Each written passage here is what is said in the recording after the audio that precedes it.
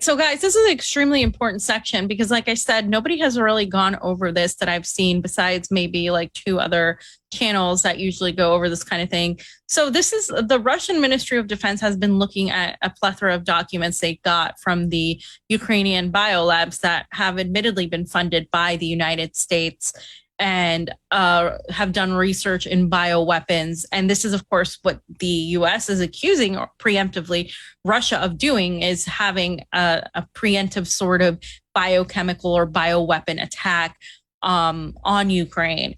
And so this is extremely telling because they've continued to analyze these documents, and basically the NATO allies are also involved in this. This isn't just the United States. We're talking about Poland. We're talking about Germany.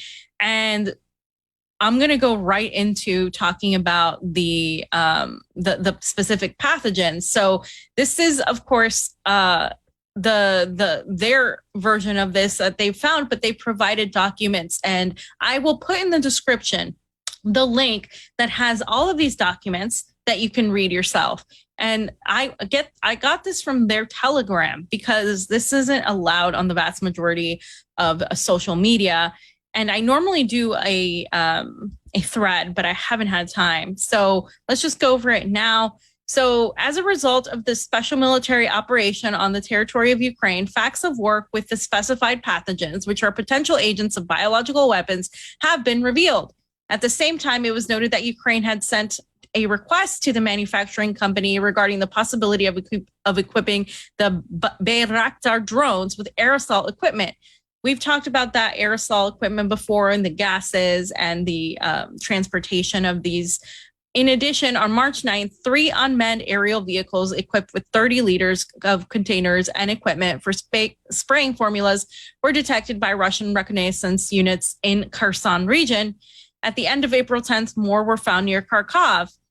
And they have previously, of course, talked about this, provided the U.S. coordination of biological laboratories and research institutes in Ukraine. The analysis, the preliminary analysis, suggests that Ukraine is essentially, to put it bluntly, a testing ground for the development of biological weapons components and the testing of new samples of pharmaceuticals. The Russian Ministry of Defense was able to clarify some of this, and it should be noted that the ideologues of U.S.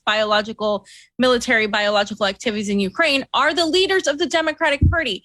So here Russia is singling out specifically leaders of the Democratic Party for their involvement through the U.S. executive branch. A legislative framework for funding military biomedical research directly from the federal budget was formed. Funds were raised under state guarantees from NGOs controlled by the Democratic Party leadership, including the investment funds of the Clintons, the Rockefellers, Soros, and Biden. The scheme involves major pharmaceutical companies, including Pfizer, Moderna, Merck, and the U.S. military-affiliated company Gilead. U.S. experts are working to test new medicines that circumvent international safety standards. As a result, Western companies are seriously reducing the cost of research programs and gaining a significant competitive advantage. So this is, of course, a money-making scheme on one end. And they name the Clintons, the Rockefeller stores, and Biden, because as we've seen with the ties, we saw this in the Hunter Biden laptop with Meta Biota. We've seen the money ties to the various orgs and the NGOs that were created. So the involvement of controlled non-governmental biotechnological organizations and the increase in their revenues allows the leaders of the Democratic Party to generate additional campaign finance and hide its distribution. In other words, the Democratic Party is doing fundraising via these type of research revenues. And apart from the U.S. pharmaceutical companies and the Pentagon contractors, Ukrainian state agencies are also involved in military bioweapons activities.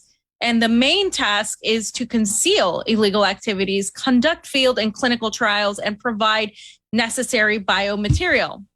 So in the first picture that I'm showing, you guys can see the chart they have laid out, the pharmaceutical corporations, big pharma, including Pfizer, including Merck, including Moderna, You guys can see the organized executive branch and academic centers with the Department of State, the U.S. Department of Defense, all of that. And then the ideologues. You have Obama, you have Biden, you have Clinton, and you have George Soros.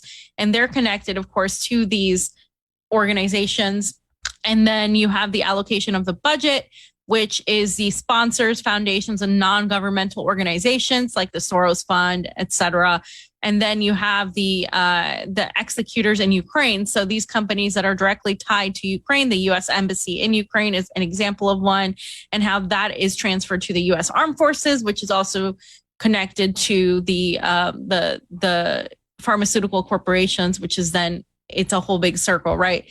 It goes to the politicians to secure profits, financial support for election campaigns. So it's this whole just symbiotic relationship in the system that works, where entities in government are supported by the politicians, which are supported by other budget allocating organizations, which are then supported by the executive organizations in Ukraine, which are then supported by Big Pharma, which are then supported by politicians, and so on and so forth. And of course, the military is involved in that as well. Anything to say on that thus far?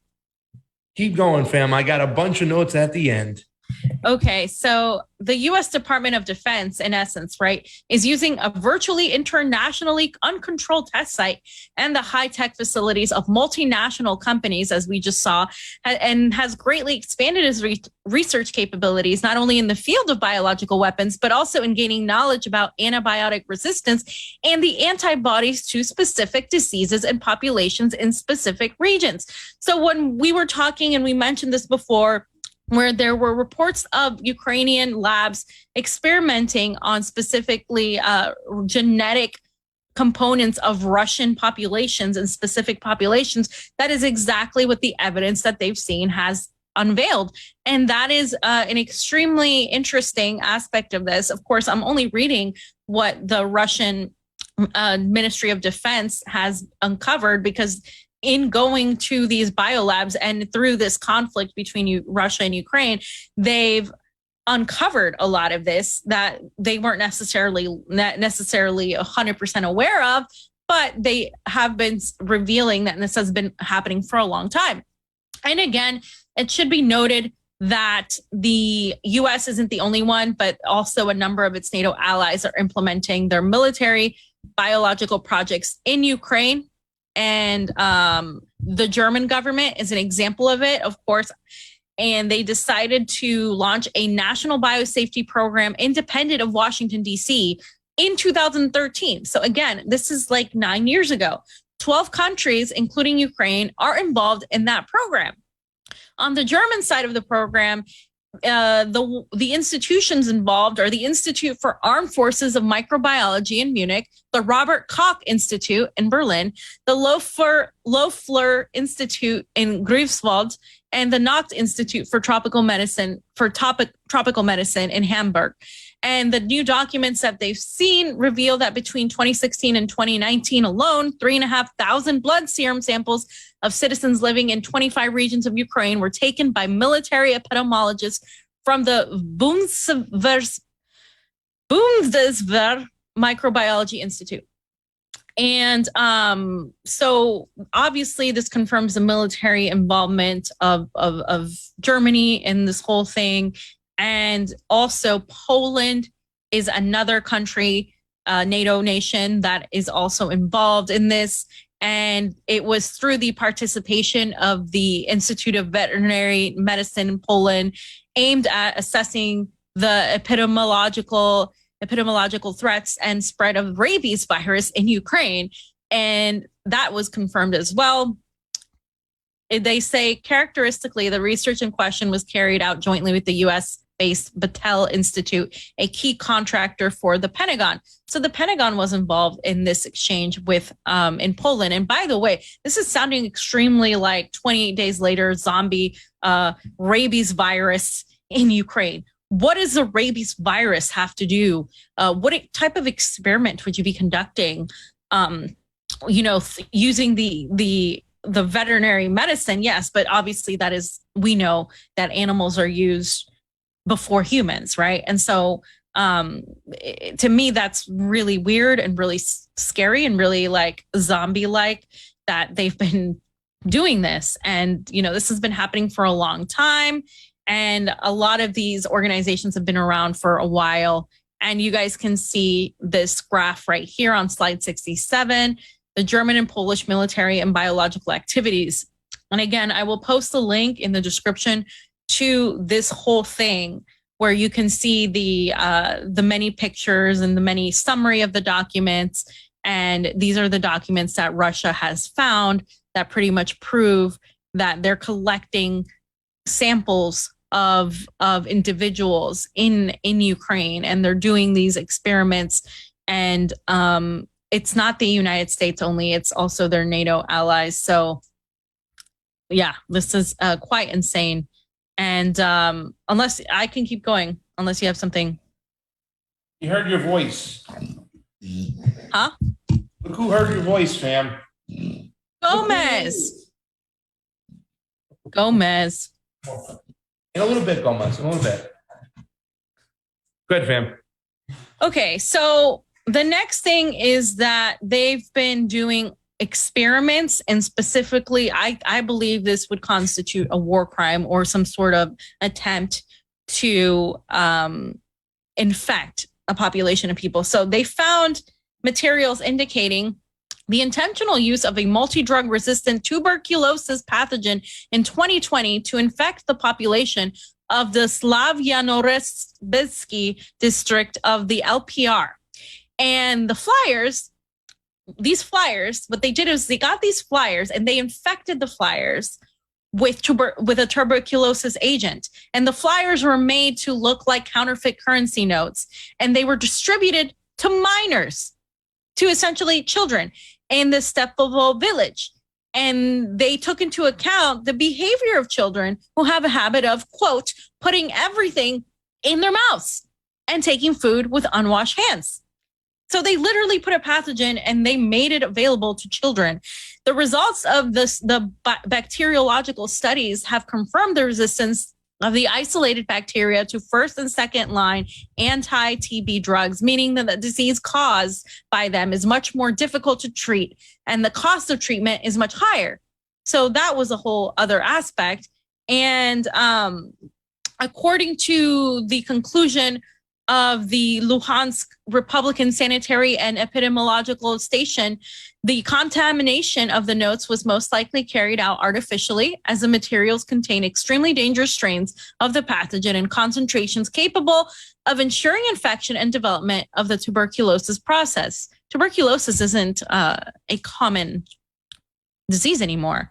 It was common, a century ago, but here they are. And what are the reasons behind conducting these experiments that the Russians have all the documentation for, in spite of the US State Department denying all of this, right? And according to them, they have also received new information revealing the details of the Pentagon's inhuman experiments on Ukrainian citizens. We've talked about this before. There's the psychiatric hospital #1 in Strelch village in the Kharkov region. Yep. The main category of these subjects, as we recall, was men between the ages of 40 and 60. So between the ages of Pasta's age and Oz's age. So put yourself in those shoes, fams. And they had a high stage of physical exhaustion, which I think you guys do fall in that as well. And in order to conceal their U.S. affiliation, the biological research experts traveled via third countries, right? So they didn't travel via the obvious countries. They went around and they were able to conceal this. And I will show the photograph of the Florida native Linda Oporto, who was involved in this. And they were conducting, of course, in January of 2020, these foreign nationals were conducting, 2022, were conducting the experiments, and they were evacuated. And an emergency and the equipment and drugs they were using were taken to Western Ukraine. This sounds like X-Files shit. I don't know if you guys have ever seen X-Files, but I've seen the series like twice. And just another fact that you now know about me. And there's like an episode where they like clear everything out. Like they're doing these experiments and they clear everything out. And it's like, oh, well, this doesn't exist. This never happened. That's essentially what they did and what they've been doing to cover their tracks. And this is nothing new, but this is something that's been happening. And as you guys can see on 70, slide 70, you can see the Kharkov Regional Clinical Psychiatric Hospital, which in these hospitals and these laboratories, they were carrying out experiments on mentally ill people. Pasta, I have a trivia question for you. Who also carried out experiments on mentally ill people? Do you remember? The Nazis. Oh, that's right. Oh. So why is the US government funding biomedical and biological and bio experiments and research on specific populations that now we know Russians, specific Ukrainians of a certain age, and of course, mentally ill people? Wouldn't that be something that could be considered, I don't know, Nazi-like and You know why, Mendelian? You know why? Because Nazism never died when we defeated Germany. Operation Paperclip shows you clearly that we took it and we adopted it. And we brought it to use it for our own needs and our own wants. And this is something I keep saying, fam. Like the whole discussion when it comes to COVID, the thing that just really drives me crazy is people are talking about, oh, what's the solution? What can we do? What about this? What about that? Why isn't anybody talking about where it came from? And you know, what kind of crazy freaking experiments are they doing behind our backs? And what's to say they won't do it again? This is just fucking nuts. It's bonkers. And we know for a fact, Operation Paperclip, we didn't get rid of them. We took their work and we used it for ourselves. Yep. And this is genetic experimentation. This is experimenting with bioweapons, things that the United States, of course, is already accusing Russia of. They've done themselves. This is what, again, the intelligence apparatus does this all the time. They project onto their quote unquote enemies things they have already done. This is absolutely criminal. And there should be a persecution of those who have committed these experiences. And by far, if there are documents proving this, believe me, that Russia has them. And as we have seen some pictures of them, they're continuing to really harp on this. And I think this is very revealing as to what the perhaps the underlying intentions of the U.S. in this conflict too, and why they're so adamant to continue this conflict, and also perhaps how that is connected to the coronavirus pandemic and possible future pandemics that we may have, as the people involved have, of course, connections to the big pharmaceutical companies, et cetera, and of course, the State Department and the military-industrial complex. This is why when we talked about the pandemic, we said this is not disconnected. This is all connected. This is part of it. You cannot compartmentalize all of these things and pretend that they're not connected. So they have evidence to that these the destruction of these materials has been occurring, the emergency destruction of these materials. A preliminary analysis of extant documentation indicates the use of Mariupol as a regional center for cholera pathogen collection and certification. Cholera. We're talking about a disease that is only prevalent in third world nations, and that was death years ago, but it has largely decreased. Why are they experimenting with a cholera pathogen? What interest would you have? The selected strains were sent to the Public Health Center in Kiev, which is responsible for the shipment of biomaterials to the United States. As you can see from that chart, that's how it works. And these activities have been carried out since 2014, as evidenced by the transfer of the strains. The act of destruction of the pathogen collection dated February 25th, 2022, according to which cholera, tularemia, and anthrax pathogens were handled there, was found in the sanitary and epidemiological laboratory. So this remaining picture is here. You guys can see the analysis of the sanitary, epidemiological, and veterinary laboratories in Mariupol. And they have the pictures. I mean, they're putting the pictures there. They're putting the documents there. And they have proof that they were destroying these microbial cultures right before the conflict in February. So you guys can see that. And again, like I said, I will post the link. And they also have information that these provocations are being prepared, as we mentioned, to accuse the Russian armed forces of using weapons of mass destruction followed by a Syrian scenario, which we talked to Vanessa Beeley about, investigation to fabricate the necessary evidence and assign blame. This is the same type of playbook. The high likelihood of such provocations is confirmed by requests from the Kiev administration for personal skin and respiratory protection equipment that provides protection against toxic chemicals and biological contaminating agents. So the Ukrainian government, right, the Kiev administration has preemptively requested these masks and this equipment for potential toxic chemicals. Why would they do that? Unless they're, they're like planning for something, because Russia has said, we don't have access to this. In fact, the only people that have access to this has been Ukraine and the United States via Ukraine. So the supply to Ukraine of the organophosphorus poisoning antidote raises concerns. In 2020 alone, more than 220,000 ampules of atropine, as well as preparations for special treatment and disinfection, were delivered from the U.S. at the request of the Ukrainian Ministry of Health. So there have been already shipments of this in order to preemptively be prepared for some sort of Russian attempt at a biological or biochemical attack. So to summarize, right, in summary, the gist of this whole thing that can get pretty wonky when you're talking about biological pathogens and the rest, the information obtained confirms that the United States is implementing an offensive military biological program in Ukraine to study the possibility of forming controlled epidemics in specific territories. The special military operation of the Russian armed forces has crossed the U.S. military biological expansion in Ukraine and stopped criminal experiments on civilians. So in essence, what Russia is saying is that the U.S. is experimenting and has this program through Ukraine. So the Ukraine is doing it, but they're being funded by the United States and these organizations. And of course, other NATO nations are involved. And they're trying to form these epidemics that they can control. If we were on Rokfin only, I would tell you everything I think about that, because this is like, this is what I think this whole thing is and has been. But Russia is saying they inadvertently stopped this from happening through uncovering these laboratories, right? And doing this.